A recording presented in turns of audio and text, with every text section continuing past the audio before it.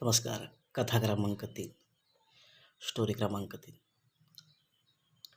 आपण ही कथा कदाचित नकारात्मक सुद्धा घेऊ शकाल, पण मी प्रत्यक्ष माझ्या डोळ्यांनी बघितलेलं आहे ही कथा, जी मला तुम्हाला सांगावीशी वाटते. ही ॲक्च्युअल घटना माझ्यासमोर घडलेली आहे. बघा, तुम्हाला ऐकायला कसं वाटतं, मजा येईल, तुम्ही खिन्न व्हाल, वाईट वाटेल तुम्हाला. बघूया. दोघेजण भाऊ असतात आणि सख्खे भाऊ नाहीत नात्यामधले एकमेकांच्या पैकी. एक जण असा असतो की तो समृद्ध आहे, दिसायला सुंदर आहे, त्याचं शिक्षण चांगलं झालेलं आहे, आई वडील त्याचे दोन्ही सरकारी नोकरीमध्ये होते, उच्चभ्रू आणि चांगलं जीवन जगत होता तो. आणि त्याला भरभर भरभर भरभर नोकऱ्या लागत गेल्या. आणि हा दुसरा आहे तो असा दिसायला इतकासा चांगला नाही, आई वडील खूप गरिबीमध्ये त्याचं जीवन आहे, नोकरी जेमतेम चालू होते न होते अशा परिस्थितीमध्ये त्याचं सगळं चाललेलं होतं. एकंदरीत एका बाजूला खूप समृद्धी, सरस्वती, लक्ष्मी दोन्ही होतं, आणि एका बाजूला दारिद्र्य होतं, कुरूपता होती. तर दोघांचं एकाच वयाचे असल्यामुळे लग्नाच्या पूर्ण सुरू झाली. मग जरा गरीब आणि दरिद्र होतं, त्यांनी जरा थोडं लवकर आपलं पुढचं भविष्य ऐकून बघून पाहून लवकर मुली पाहायला सुरुवात केली. अपेक्षेप्रमाणे त्यालाही काय चांगल्या मुली मिळत नव्हत्या, कारण का मुळात म्हणजे मुलगा पण कसं दिसायला चांगला देखणा नव्हता, आणि घरची परिस्थिती, ह्या सगळ्या दोन्ही गोष्टी त्याच्या आड येत होत्या.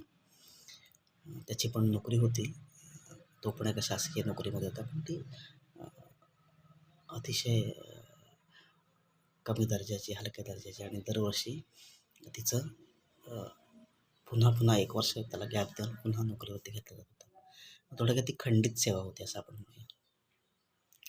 या उलट दुसऱ्याची परिस्थिती मी नंतर सांगतो. या माणसाने लग्नासाठी मुली बघायला सुरुवात केली. मुली याला आवडत होत्या, पण हा कोणाला आवडत नव्हता. असं करता करता करता त्याला एक मुलगी त्याला आवडली खूप, इतकी त्याला आवडली की तिच्यावरती त्याचं प्रेमच बसलं. आणि मुलगी म्हणाले की नाही, मी तुमच्याशी लग्न करू शकत नाही. तो खूप दुःखी झाला, खिन्न झाला, कष्टी झाला. आणि त्याच मुलीला बघायला हा त्याचा भाऊ गेला. देखणा होता, सुंदर होता, घरची परिस्थिती चांगली होती, शासकीय नोकरी होती. ती मुलगी त्याला होय म्हणाली. थोडक्यात काय, हा जो मुलगा 1 नंबरचा भाऊ जो बघायला गेला होता, त्याला ती मुलगी नाही म्हणाली होती लग्नासाठी, त्याच्याच चुलत भावाला ती दुसरी मुलगी हो म्हणाली. आता हा व्यवहार आहे, ह्याच्यामध्ये काय गैर नाही.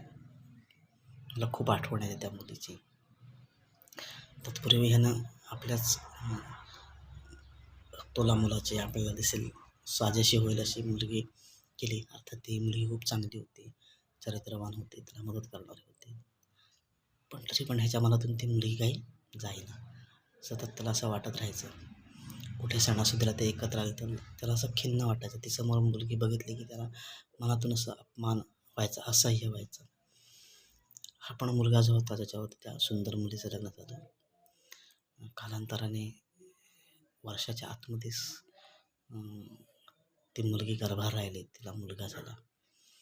आता एवढं सगळं चांगलं बघून मग ह्या भावाला आणखीनच वाईट वाटायला लागलं.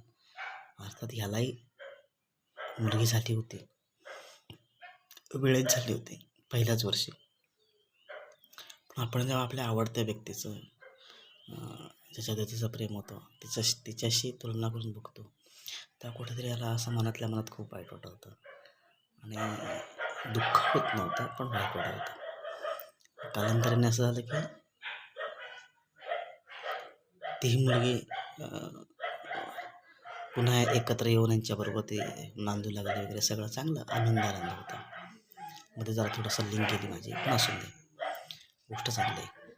आणि तो मुलगा अचानक वारला.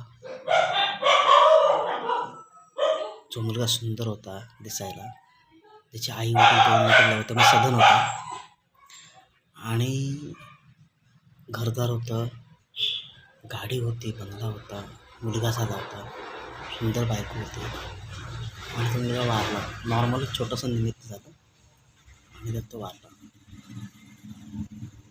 आता विचार करा की परमेश्वर सगळंच ज्या वेळेला चांगलं चांगलं देतो एकाच वेळेला, तर थोडंसं शंका येण्याची जागा असते.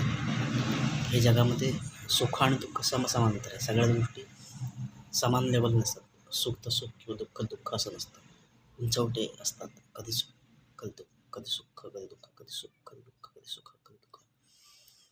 आणि ह्याच्या बाबतीत नेहमी सुखच चाललं होतं. आणि ती वॉर्निंग होती.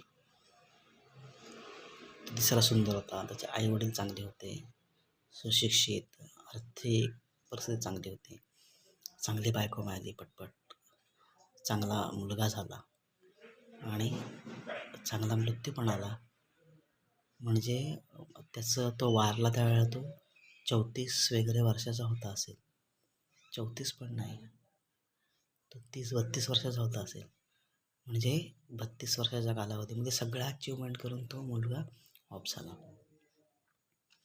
दुसरा जो भाऊ आहे त्याची प्रगती हळूहळू होत राहिली, स्लो होत राहिली.